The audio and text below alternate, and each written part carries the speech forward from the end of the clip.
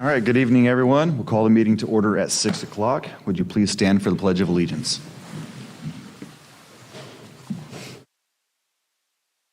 I pledge allegiance to the flag of the United States of America and to the republic for which it stands, one nation, under God, indivisible, with liberty and justice for all.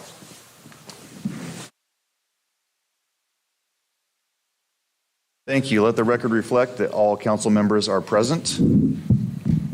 Anyone have a conflict of interest declaration? Seeing none, is there any changes or deletions to our agenda? No changes, Mayor. Thank you, and welcome, new city manager. Thank you. Public comments, verbal comments. Any person wishing to speak in person on an item not listed on the agenda may do so at this time. Pursuant to the Brown Act, the City Council is not allowed to consider issues or take action on any item not listed on the agenda. 3 minutes are typically allotted to each speaker. Do you have anyone in our audience that'd like to make a public comment? Please step forward to the podium. I saw a hand. I apologize, the monitor is right in front of me. That mic on. There's a button on there. Oh, it's green. There we go. All righty then. My name is Pearl Lopez. I'd like to say Happy New Year. And I have a few concerns. So I walk my dog 4 times a day, 2 long walks and 2 short walks. And I am noticing it's really no longer safe to be a pedestrian in our city, which is highly concerning to me because I'm a pedestrian. So I find that people don't stop at the stop signs. I have had people, I've been in the middle of a crosswalk where I thought it was safe to walk and have almost been run over any number of times. It's at least a couple of times a week, and it's by people who are either on their phones, texting, or just not paying attention, which I don't know why they're driving. So that's one concern, and I don't know what to do about it. I've called the police. I've gone into City Hall and filled out papers, and nothing seems to change. And I don't know if anyone remembers, maybe 13 years ago, a fellow was killed near one of the off-ramps, and I don't think you've ever found the person who ran him over. So that's one concern. The other one is I did mention I walk my dog 4 times a day, and I believe we have a leash law in Sonoma County, possibly in the whole state of California and across the nation. But people here don't seem to think it applies to them.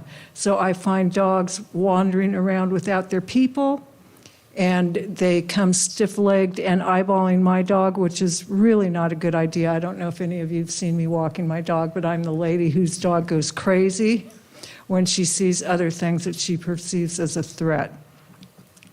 So that's highly concerning. I have concerns about the sidewalk clarity. There are many people who grow shrubs in their yard that grow out blocking the sidewalk, and you've got to walk on the street, which, did I mention, is not safe to be on? So that's a concern. And then lastly, we have a lovely piece of property near Pick's Drive-In that I hear bandied about that the city might want to sell it, and they might want to sell it to developers. And I think it is an awesome place to have a community garden where elderly folks, people without yards to grow stuff, can grow. So a park, a green space would be really nice to consider for that, in my opinion. And those are all the things I have to say. I think I can go over there again. Pearl, do you mind if I ask a quick question? Not at all. So regarding the sidewalk clarity, is there a certain area of town that you could be a little bit more specific without saying Joe Smith's house? Sure, on, is it Broad Street where the post office is? Yes. If you go down that street, it tees into First Street, I believe, or Lake. And somebody has a shrub growing that blocks the whole sidewalk.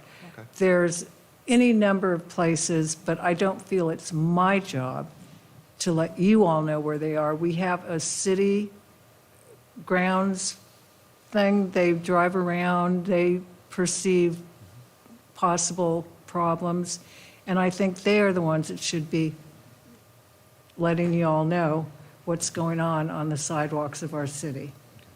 Thank you for your time. I will bring these concerns to our police chief, as I have in the past. Oh, God bless you. I know they've worked quite a bit on this, so we'll continue, and I'll talk to them more. Thank you. Is there anyone else in the audience who'd like to make a public comment?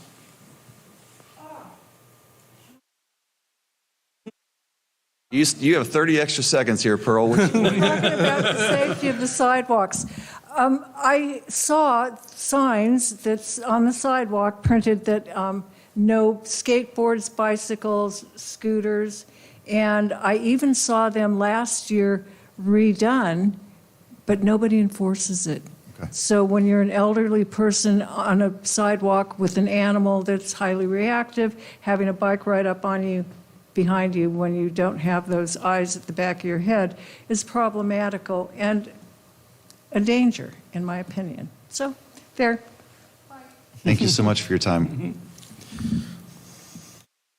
All right. Seeing no one else, we'll move on to our student liaison report. Keiko, how are you? Thank you, Mayor. For the past few weeks, the Cloverdale Unified School District had a final few weeks of school full of fun holiday activities and exams. This followed by a relaxing 2-week holiday break. The high school lightened up their exam week with caroling provided by the Spanish classes of CHS. There was also a Spirit Week there, and at the middle school with days such as Crazy Sock Day and Red versus Green Day.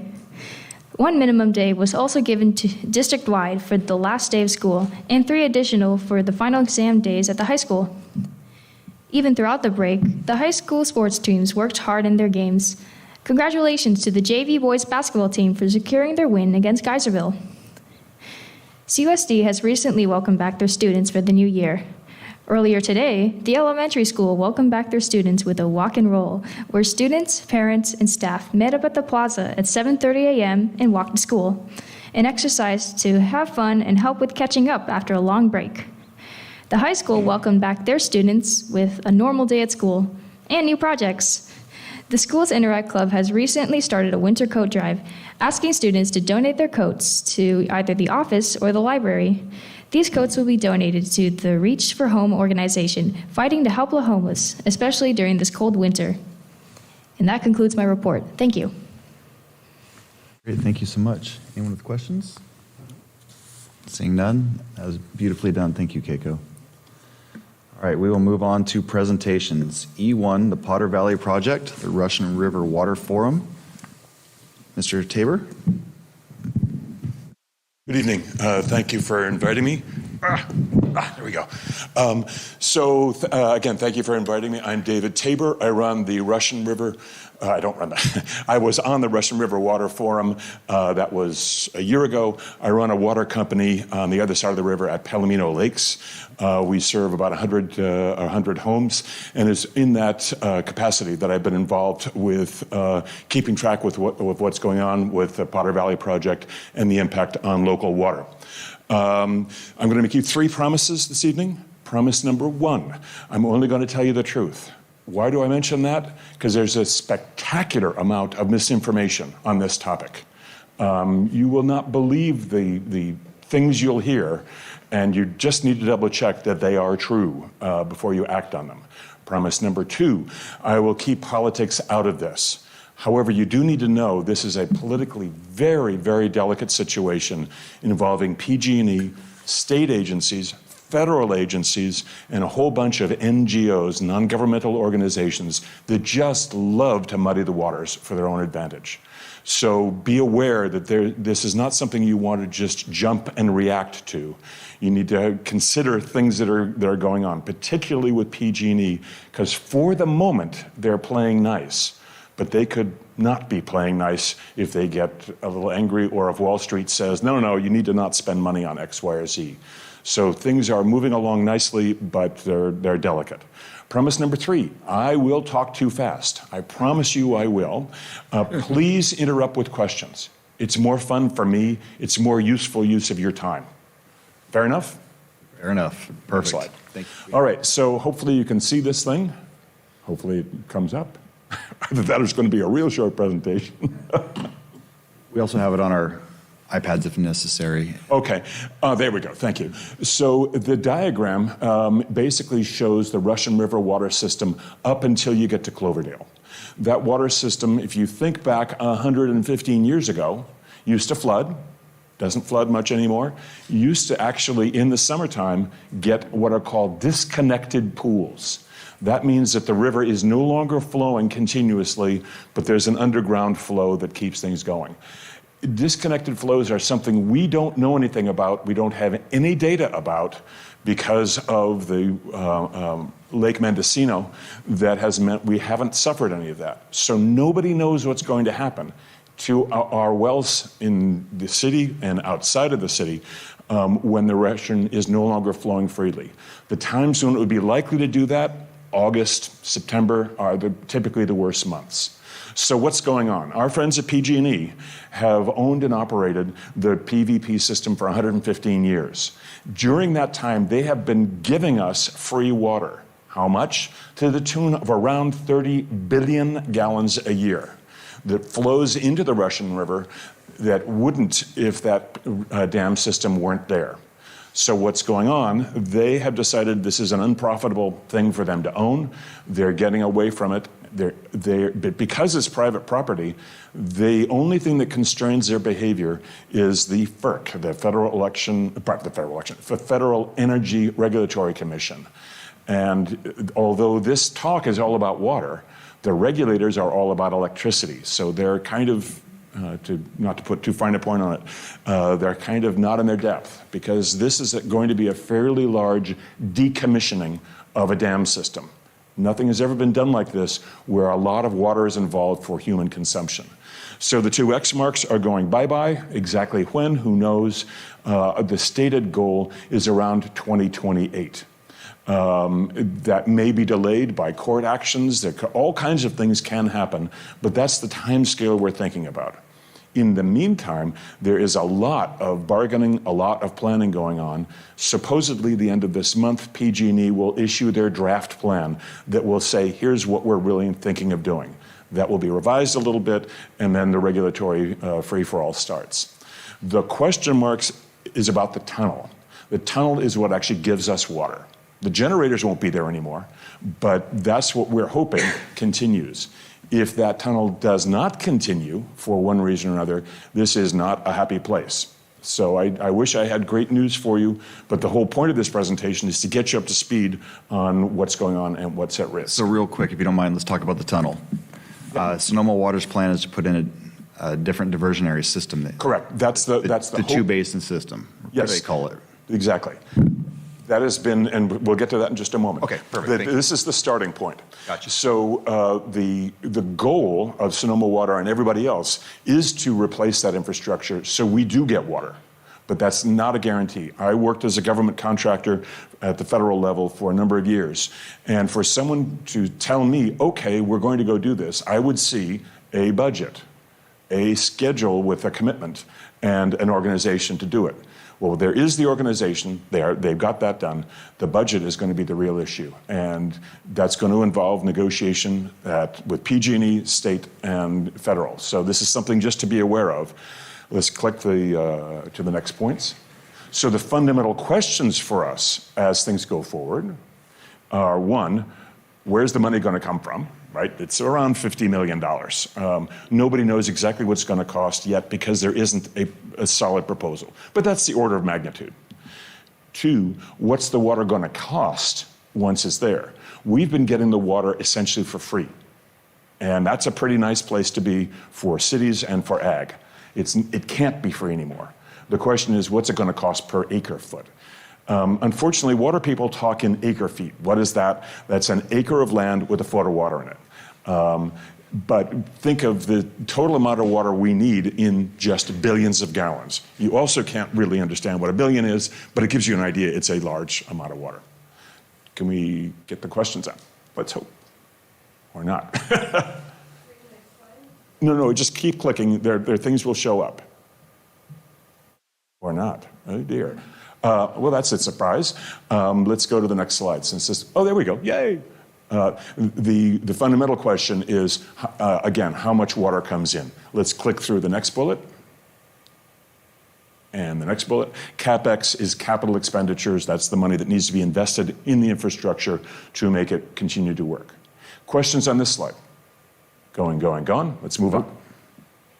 So if you look at what was that system doing for us over the decades, in the first 80 years of its life, or 7 years of its life, it was pumping a ton of water through. It pushed it through continuously in order to make the power plant work. Back around 2008, they cut that number in half. Starting in 2020, they've cut that number in half again. So we're importing a whole lot less water than we used to. So the impact on the Eel River, where we're taking the water from, is much less than it used to be. This is good for the fish, it's good for the Indian tribes, it's good for a lot of things. But we want to make sure that that number doesn't go to zero. Let's click. So we currently are importing order of magnitude 37,000 acre-feet per year.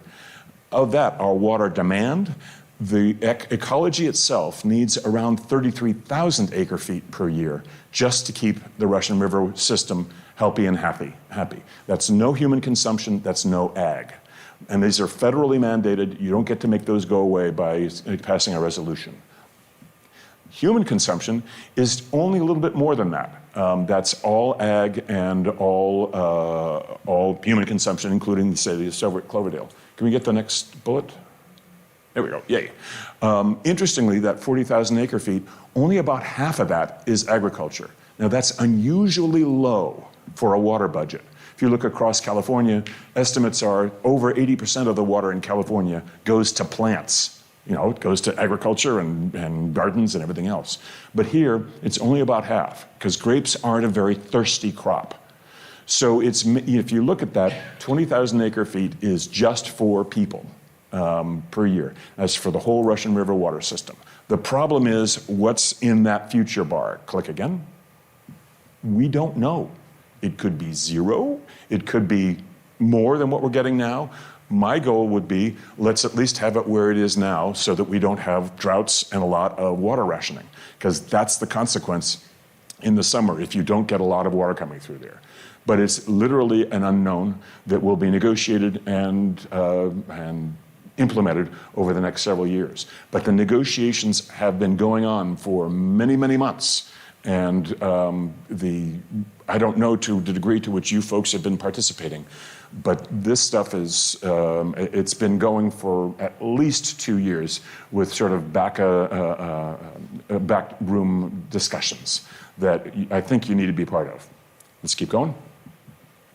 So what happens to our water supply? Lake Mendocino is where we get water in the summertime. I'm not going to give you all the details because they're boring, but what ends up happening is natural production of water is fine up until May. So from October-ish, November-ish time up until May, we really don't depend on Lake Mendocino, and that's when it fills. But boy, in the summer months, my particular water right, so each water right is a little bit different, but my particular water right takes water out of the Russian River. And if Lake Mendocino were dry, I would be told, go pound sand, because that's all there is for you to pump from July until October. Now, obviously, it's not that severe, but the exception is that if you're talking about health and human safety, you get to pump 55 gallons a day per person. And that's just the law. You know, this is not a matter of speculation. But what that means is that for people who are worried about water rationing, they're going to feel it in the summer if that lake runs low. Any questions before I go into the curves? Going. So in a good year, you can see that the pattern is the blue line where you get the lake all the way full and you just draw down in those critical months. That top line was when we were pumping through 67,000 acre feet. That was in the old days. We don't get that anymore. A ickier time is the red line, where we were pumping through about 37,000 acre feet for the year, and yet that curve is really flat. And if you look at the bottom, it doesn't show up well on the projector, but sedimentation of Lake Mendocino means the tank is empty somewhere around 10,000 acre feet.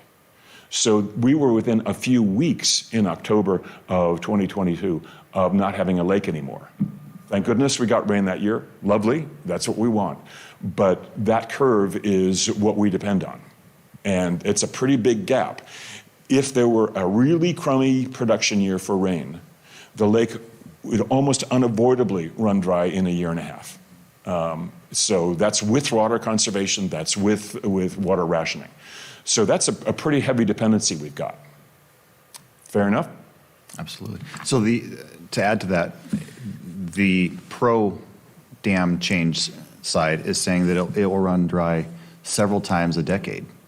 And that's the best case scenarios that they're giving. It's not as bad as all that. Well, actually, if there were no water flowing through, if some folks are actually lobbying for, no, we should never take water from the Eel River again. Now, those people don't live near here, but there are people advocating that, believe it or not. If that were the outcome, we would face, the full water demand would be satisfied 2 years out of 10.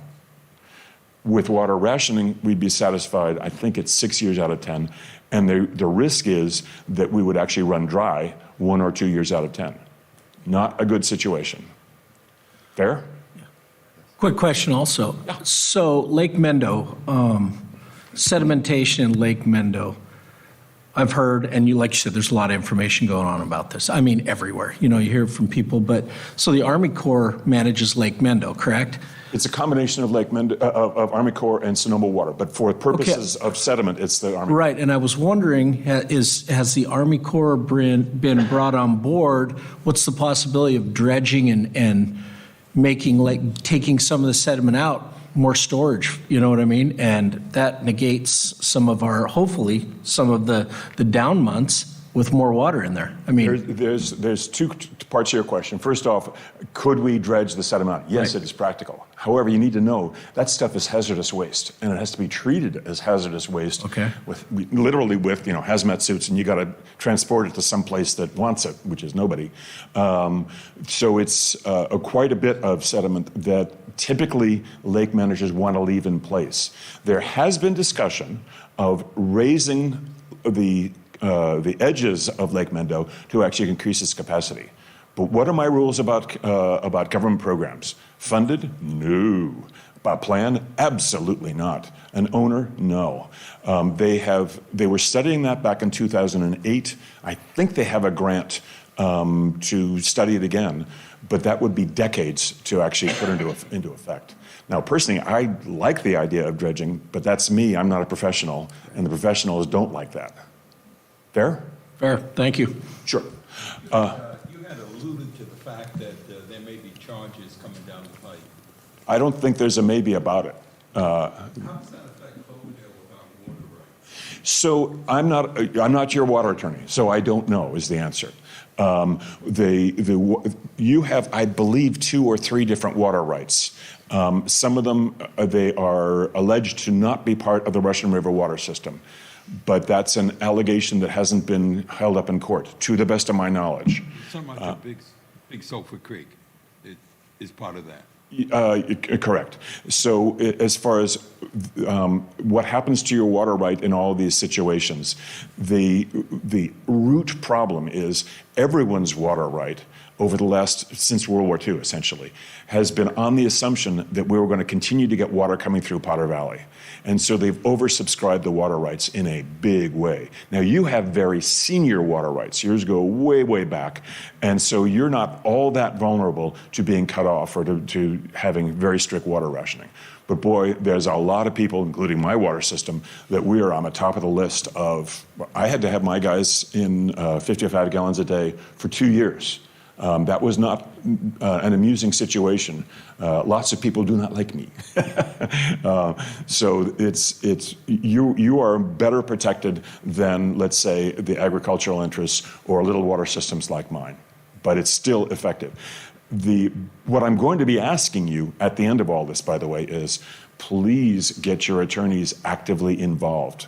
That is the ask. That's why I'm here, other than to inform you, because the city of Cloverdale is way behind Ukiah. Ukiah is years, literally years ahead of you. They have a very good legal team that are water rights specialists, and working with them, you can catch up without a ton of pain. But you do need to direct your lawyers to do that. But that's getting to the punchline. Let's move on. So here's a pretty picture, and the thing in the center is not a duck. It looks like a duck, but that's actually the shape of Lake Mendocino. What goes into Lake Mendocino is natural flows, that is to say springs and rain, and PVP imported water. The dark blue stuff is what's in question. What comes out of that lake, water changes color magically. That yes, you have natural flows, yes, you have the PVP imported water, and now you have this thing called stored water. And best of all, the stuff on the left all gets turned into the green stored water after 30 days. This is not a matter of conjecture, it's a matter of law. Click again.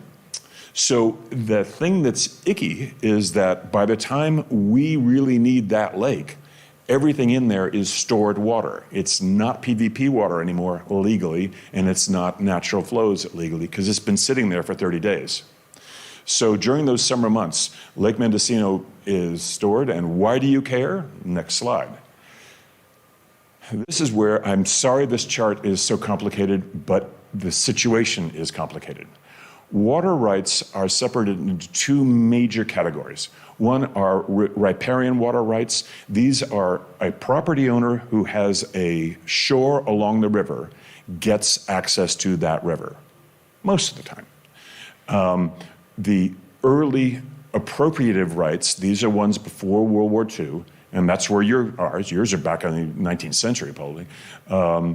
Those water rights are different. They have more access than riparian rights. So riparian only has access to the river when the water in that river is a natural flow. Legally, they're not supposed to have access to PVP water. Now, who's going to stop them? Well, right now, nobody. But policing of this water is going to get tighter over the decade. As push comes to shove, the state water boards will have to be a lot pickier about who's pumping and who isn't, because they have a limited supply. Sonoma Water and the Russian River Flood Control District, they have special access because they manage this stuff. They have access to all that water. And then more recent post-World War II appropriative rights, and look at the number, there's 1,300 of those things. They have only conditional access to that green stored water. They don't know it, but boy, they're going to find out over the next decade. So this is something that is not well understood. I wish it were well understood, but just because there's water in the river doesn't mean you have a right to use it. And that confuses ag people a lot, and it confuses water systems a lot. You'll notice that Lake Sonoma, the only organization that gets to have access to that is Sonoma Water itself. They own it, they manage it. Most of that water actually is not used in the Russian at all. It gets shipped down to cities in Sonoma County and Marin County. So Lake Sonoma serves 600,000 people, but they don't serve us. Even if there were a pipeline, right now we don't have a legal access to that water. So I realize this is complicated questions. Going. Let's move on. So what happens? This is answering a question from earlier. What happens if we didn't have this water imported between the Eel River and the Russian? Click. So if you continue more or less as things are now, the lake would only, over the last 110 years of history, the lake would have only run dry once. And if you did water rationing and water conservation the way we are now, it would never run dry. Yay! How often is the lake able to meet all the demands? We don't know until these negotiations are done. But by the time the negotiations are done, it's already too late, right? We need to have a seat at the table and be actively involved. The critical months, as I mentioned, the late fall can be really, really bad when we have a red flag warning in 105 degrees. It happens, right? And the fire suppression guys won't be able to take water out of Lake Mendocino, right? There's not that much in there. They have to take it out of Lake Sonoma, or even worse, out of Lake County. If you turned it off, let's click again, things get ugly, ugly, ugly. That the lake would have been empty 56 years out of that 111 years of history. Now, what about the future? Climate change, all the models, there's subtlety, but all the models say the amount of rain doesn't really change if you average it out over years.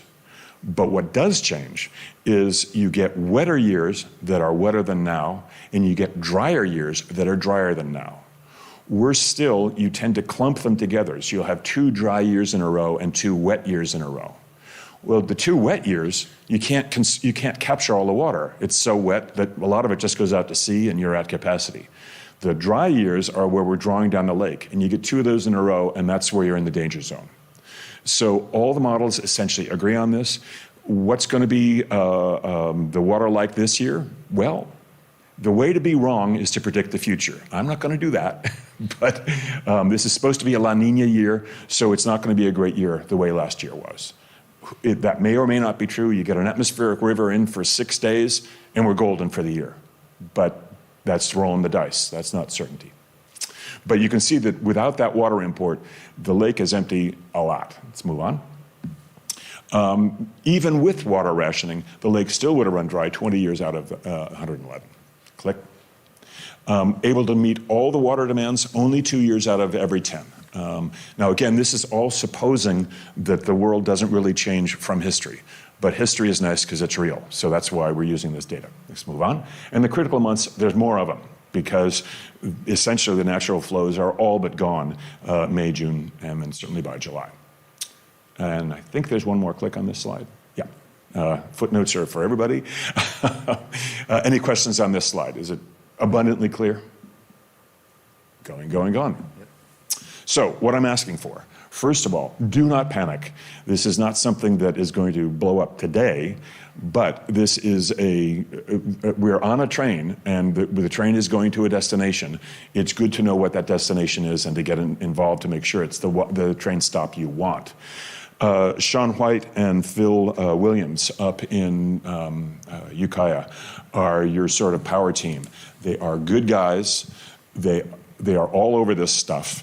And the city of Ukiah has invested for decades and millions of dollars in water reclamation and other things to make sure that they are a little less dependent on the Russian than they were in the past. Can you provide those contacts? I can indeed. Yes, I'll do that. Thank you, sir. But Phil Williams is a lawyer, and Sean White runs the water system, and they are very, very assertive with FERC.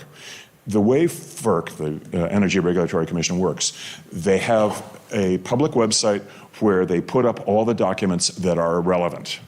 And then the people who are affected by this can put various letters and protestations and amendments into that database. The city of Ukiah probably puts something in there once a year, maybe even more often than that. They've actually been threatening a lawsuit already against FERC. So they're very, very on top of this stuff in terms of how to influence FERC. But their impact will be better if the city of Cloverdale is joined with them. And all that will involve is you got to get your attorneys talking to their attorneys. Okay, that's a little bit of money, and you have to decide whether you want to sign something in support of something they're doing. But since they already are involved, leverage their experience. This is something you don't want to start from scratch in terms of the understanding, particularly of the delicate politics. Number 2, I have no idea how your attorneys are funded. I believe it's all outside counsel, and I don't know if they're water attorneys. Water attorneys are a rare bird, and they are not cheap. So you want to leverage, if you possibly can, if you guys will let you, leverage Phil Williams to a maximum extent, because that can, additionally to saving you time, it'll save you money. If any of you owns property outside the city limits, Cloverdale has very, very senior water rights. But for those of us who are not in Cloverdale, we are very vulnerable. You literally have to go and look at the permit or license for your well right and read what it says. If it says anything relating to surface water or underflow, you are vulnerable to being told you can't pump anymore when there's drought years. So know what your water right says. If your water right says groundwater, you're a little bit safer. There will be a mail-in vote, not for the people in Cloverdale, but for the people in Alexander Valley, for the establishment of a water district. The Alexander Valley Water District is basically trying to unify all the unincorporated lands so that they have a seat at the table during these negotiations and as things begin to fall out. What are the negotiations going to be about? Timing, dollars, how much water goes who, where, when, what are the conditions of that water? There's a lot of things that the Alexander Valley people need to be involved with. But for example, my little water company, we can't afford a water attorney.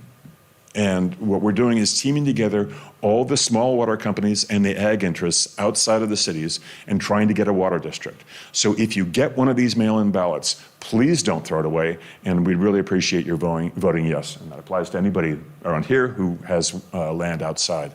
If you don't own land outside of Cloverdale, you won't get the letter.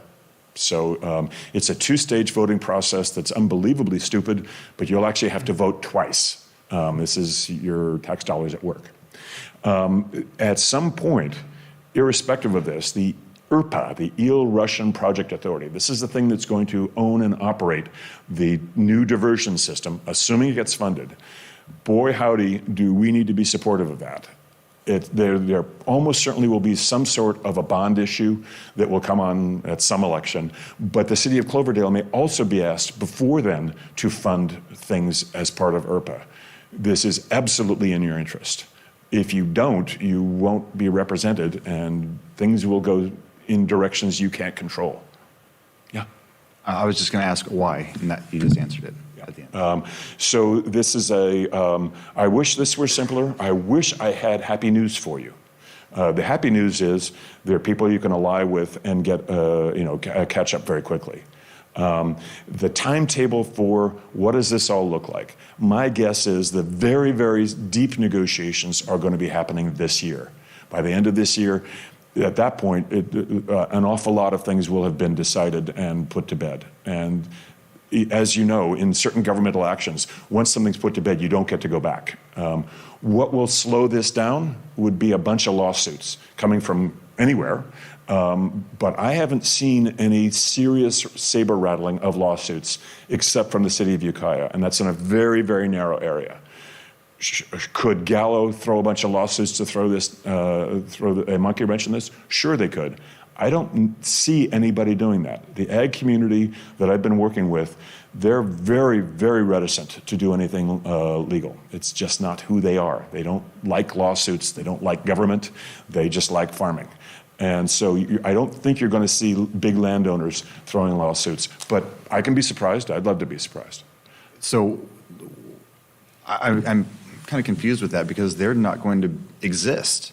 Funny thing about that, someone like Gallo owns how many properties in California? Uncountable.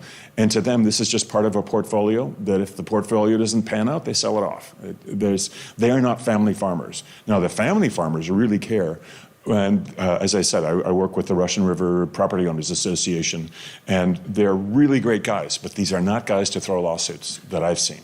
There will be some, almost guaranteed, coming out of Potter Valley Ag, because Potter Valley Ag, those guys, absolutely, if the diversion stops, their land is essentially grass. I went to their meeting, it was a month and a half ago, I believe, and Sonoma Water put up a map and said, all these people will have no water. Right. And it was about half the room. I wasn't sure if everyone was going to make it out alive. This is what gets people out. It's very concerning, and that's. I mean, we've been screaming for 2 years now, and no one's listening, no one's helping, no one's anything. First, I've heard about Ukiah even doing anything. I've asked questions. I've talked to the supervisors, our congressmen. They all are supportive of this. So I'm like, well, wait a sec. You introduced this, so I have to make a comment. The people at the Inland, I think it's called the Inland Power and Light, whatever it is, Inland Power and Water up in Mendocino. Janet Pauly's chairs that. She owns property in that area. Oh, she's all over that. And again, the city council in Ukiah and particularly Sean White and Phil Williams. They have been all over this. Now, they've been working behind the scenes, but they live this every day. So there is a lot of action up there. Also, the city of Healdsburg, their water manager, he doesn't have a lot of power to do a lot of stuff, but he's very, very informed and all over this. But they get water from Sonoma, or from Lake Sonoma, correct? No, they don't. I thought that they were on the board. of They buy a little bit. I think they buy 1,500 acre feet. Well, that's a token. But what they're doing is they're negotiating for a much larger contract. And they'll be paying by the gallon like anybody else. And Lake Sonoma is quite interested in selling more water in Sonoma because the Marin water usage has come down a little bit. So Sonoma, they're in business to sell water if they want to do that. But there's no way for them to get that water to us unless we spend millions on a pipeline. Other questions? Yeah. I could be incorrect, but wasn't Lake County somehow involved with this too? Yeah, so you can flip back to your slides. There's no reason to. You'll remember those two things that I put the X in. Those actually are in. No, it'll take you forever. You'll never get there.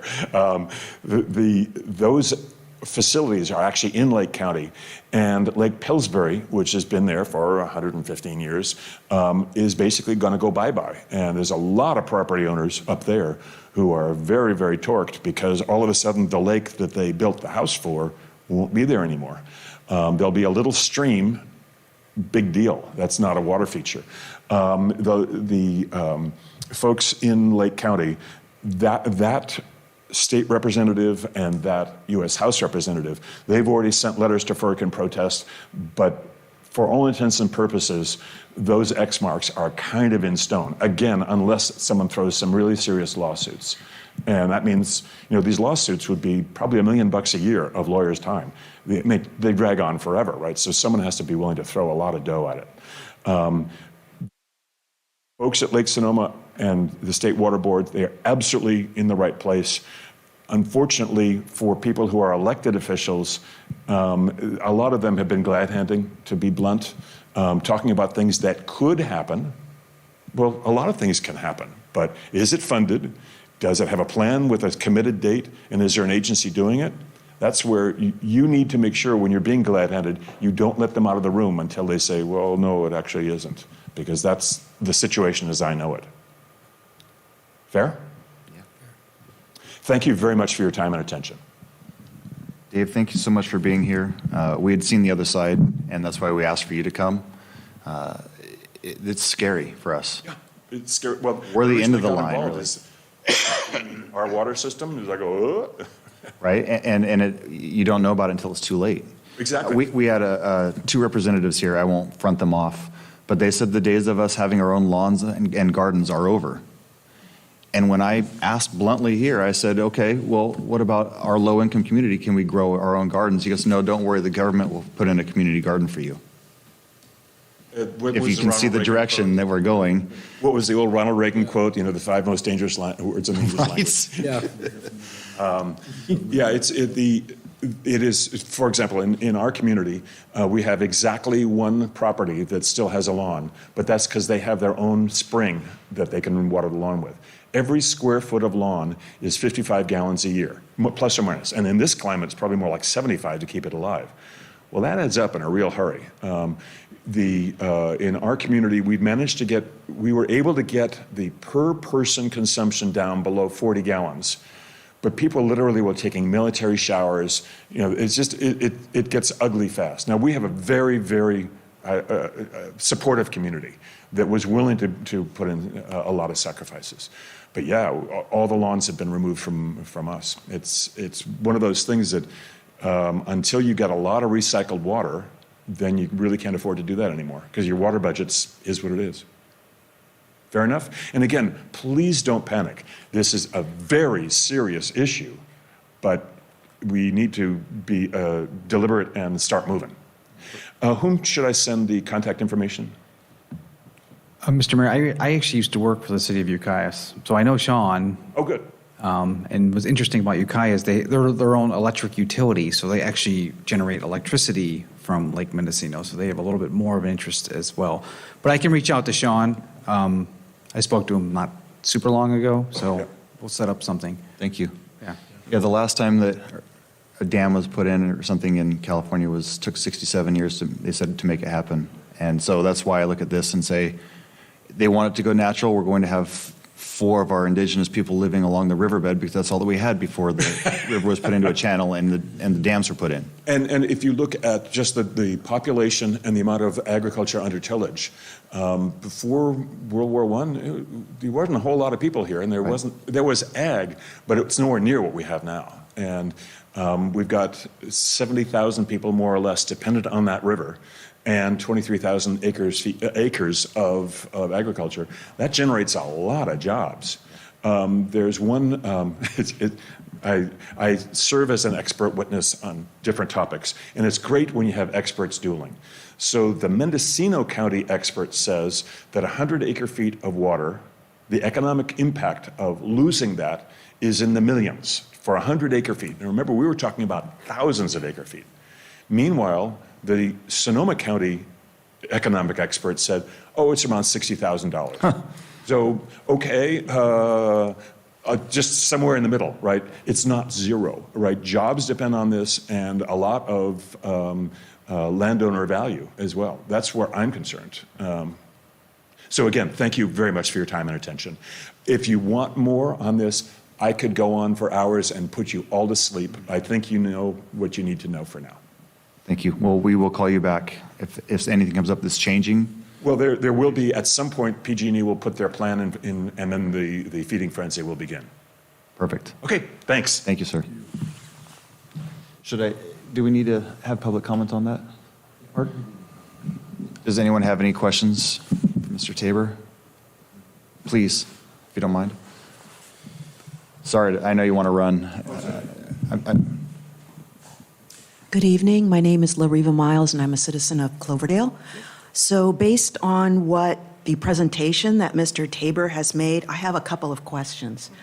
You said that Cloverdale's water rights are older and more senior to a lot of other areas, so that's Cloverdale proper, the city, and not the county outside, right? So, please. We'll share the microphone. It'll be great. Okay. So, when I talk about the city of Cloverdale, I'm talking literally about the city limits of Cloverdale. The moment you're out there in unincorporated land, then the water rights are parcel by parcel. It's no longer a municipal water right, and it's almost always going to be super junior. And Lariva, with that, when we had the drought, our water rights were taken away by the state. So they're not as strong as people think they are. Okay. Okay. Thank you. So has the information that we're hearing from Mr. Tabor tonight had any effect on access to water, and has that been considered with all of the development of housing that's been going on in Cloverdale, and whether or not land that might have been annexed for additional housing, is that going to have any effect on whether or not these new developments actually will have water? It will definitely have an effect, but a lot of the housing that you've seen is state controlled, and we can't question it. The majority of the housing, other than the tribe, other than the reservation housing, it's all state controlled. It's affordable housing. I wouldn't be surprised if the tribal housing were federally controlled as well. It's not, because it's not put into trust Affordable, though. at this point. But it absolutely, I mean, we have to think about this, but there's some things that we can't control as a city. And so up to this point, the water's been free, but are you saying that in the next 2 to 4 years or cycles that the water could be, we'd have to pay for all of the water, even here in Cloverdale? So the way things have been working, if you own a water right from the Russian River, you pay a small fee for the water right now, and it's basically just to pay for the regulatory agencies. You aren't paying by the gallon for anything. In going forward, assuming that the ERPA gets operational, they need to fund their operations and they need to have sustainable funding that will almost certainly be based on usage. So the city of Cloverdale would have to pay a little bit, and every water right would have to pay into this. The order of magnitude, nobody knows because there isn't a plan yet, but a few $1 million a year is probably what's involved. The number of laws that are involved with this is really amazing. There's no county laws, thank God, but state and federal laws. There's a lot of overlapping stuff, and just lawyers to make sure you're in compliance with those lawyers, with all those laws and regulations, might be a full-time lawyer job. So they have operational expenses. What will it cost? Who knows? Across the state, this kind of thing is in the range of $100 an acre foot. Well, an acre foot is, I think, I always get this wrong, I think it's 38,000 gallons. So if you're a residential user, that's pennies a year. And so spread out over the community, it's not that much. But you'll have to be writing a check in the future that you don't right now, or the city of Cloverdale will. Sonoma Water at the Potter Valley Town Hall said that best case scenario, all the rainbows and unicorns said it was going to be $200. Really, that much? They said that's absolute best case. So I wouldn't count on it being that even. Obviously, ag can't survive on that. So typically what happens is they get a special dispensation based on historical usage, yada, yada, yada. So if they go over their usage, then they get charged the full boat, and they're subsidized. Because everyone wants ag, right? No one wants farmers to hurt. Okay, and last but not least, if you're representing water at Palomino Lakes, what kind of an effect does that have on all those property values if you can't have water coming to those properties? Said it. Property values will skyrocket. The sky's the limit. No, this is, it's sort of like that, the mafia enforcer saying, nice business you got there, too bad it wouldn't be so good without windows in it, right? So it's the property values are super affected, particularly residential. But as I said, the state regulation is, even when the water rights are turned off for everybody, you still have 55 gallons per person per day. So it's not zero, but it's not amusing either. Does that make sense? Thank you for answering my questions, and thank you, Mr. Tabor. Thank you, Lariva. Anyone else? Anyone else from up here? No. Anyone up here? Thank you again. For you. Thank you, sir. I really appreciate your time. Mr. Mayor, I'm just wondering if it might be beneficial, or maybe it's a little too premature, to have our legal counsel give us a summary of the extensive water right study that we did about 10, 15 years ago, just so the new council members and even senior ones could be refreshed on what exactly our water rights are. We can find that and dig that and share it with everyone. And I'm speaking with Kevin, we'll set up a meeting with Ukiah's team to talk with them and then report back to the council.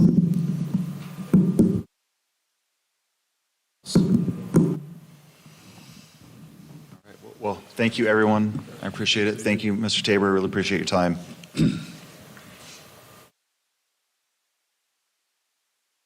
Okay, we'll move on to F, the consent calendar. All items under the consent calendar will be considered together by one action of the City Council unless any council member or member of the public requests that an item be removed and considered separately.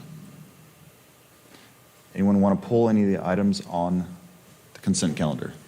Seeing none, does anyone have a motion? Motion to approve. I second that motion. Motion by Vice Mayor, second by Councilmember Morgenstern. We're going to do a voice vote. All in favor, say aye. Aye. All those opposed, say nay.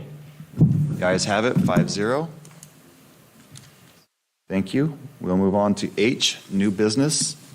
H1, review and discuss of 2025 City Council Subcommittee, Joint Committee, and Regional Board Committee appointments. Kevin, do you want to start us off with this? Yeah, thanks, Mayor. So thank you, everybody. Thanks to the council members for getting back to me on what your preferences were. I know not everything's 100% what you wanted, but we have to work with within our parameters here. Susie, I don't know if you can, it's the second one next to presentations. The attachment 1, yeah, that's it. Attachment 1 to your staff report is what we compiled. So this is your time. Oh, just one clarification on the table. The League of Cities Board of Directors is something that if you are interested in, you need to submit the letter of interest to Lauren, the clerk, and the mayors and councils will decide who's going to be appointed to that. So that's not one that we can just appoint here. So that's, I put the mayor and vice mayor, but that's, just disregard that. So, I mean, now's your time if you want to change this or if you want to horse trade or do what you want to do, but this is what we came up with based on what your preferences were. Thank you, Kevin. Let's go around the room here. Councilmember Morgenstern, what do you think? And is there I like it as it is. as it is? Yes. Okay. Councilmember Walter? I'm fine with it as it is. Okay. Councilmember Lasky? I'm also fine with it. Okay. Vice Mayor? Thumbs up, I like it too. That made it easy. I don't have to take on any extra places here. So as we've done in the past, the next council meeting on the consent calendar will be a resolution with the dates and assigning these particular groups. And yeah, thank you. Thanks for getting all the information to me.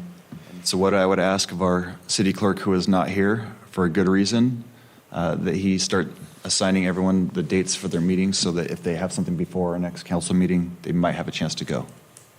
Yeah, as part of the resolution, next we'll have all the dates and times. I don't know if you wanted to talk about the times, Councilmember Lasky, but you mentioned that to me. Yeah, just since I'm kind of a 9-to-5er and 3 days out of the week I'm down in the Bay Area, so I would prefer like a Thursday or a Friday meeting. Well, we don't get to control a lot of these dates, so we might ones that are on there. want to go through this then because I'll give you the dates of some of them that you're on here. Let me pull it real quick. So the Right. administration subcommittee, was proposed at the last meeting, the second Tuesday at 2 p.m. And then infrastructure, which Councilmember Lasky, you're being assigned to, is the fourth Tuesday at 2 p.m. I could probably make that work. You can make that work? Yeah. Okay. And then for your other one, December 19th. Just want to get your dates right. We'll also have some of these, like when it comes down to the Northern Sonoma County Air Pollution Control or Air District. I noticed on last year's, all the calendars always, or when they sent out the info on the meetings, it always said to be determined. We will have that at our next meeting. We usually sit down, do the exact same thing, and then we'll make sure we have that so we can actually get a date in there for it. So Yeah, I'll ask them. What it says is monthly meetings at various locations throughout the state to coincide when possible. Yeah, so they set the agenda, so I'll reach out to them and see if what the timing is on that, Yeah. and then report back. The Sonoma Clean Power meetings are on Thursdays at 9 a.m. Okay? Yep. Perfect. Love it. Okay. Right. Well, with that, you have good direction? Great direction, thank you. Way too well. Okay, we'll move on. Discussion of possible action on the appointment of 2 council members to an ad hoc committee for the purpose of reviewing and recommending. Actually, I didn't do public comment on that one, did I? So under the last list, does anyone have any public comments? Seeing none, perfect, thank you. All right, moving back on to H2, discussion and possible action on the appointment of 2 council members to an ad hoc committee for the purpose of reviewing and recommending updates to the City of Cloverdale's homelessness hub concept. Yeah, you want to?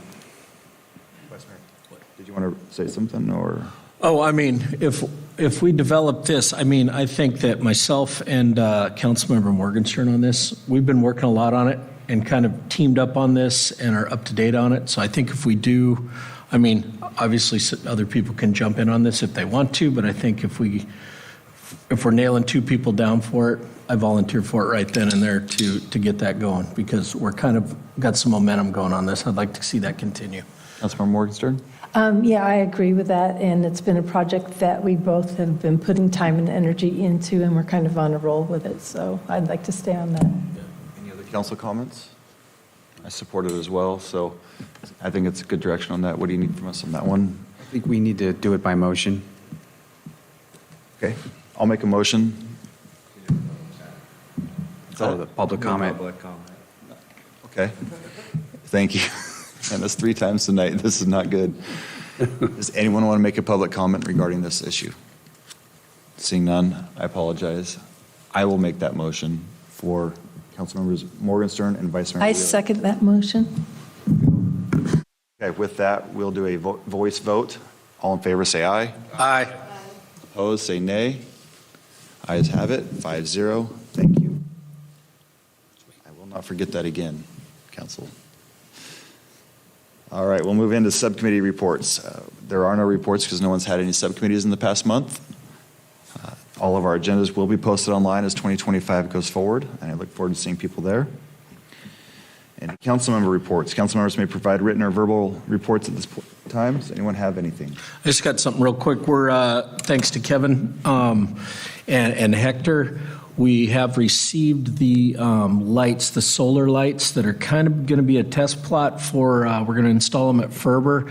And I have high hopes for them if they do work out. They're relatively cheap, and a lot of community members have mentioned that, yeah, it's going to be great for places like the dog park that need some lighting, and possible wherever we can fit some in there and get the parks lit up the way we want. So you'll see those in the near future. I want to thank Kevin and Hector for that because they're doing a great job on this. We'll have them installed and hopefully some positive feedback on that.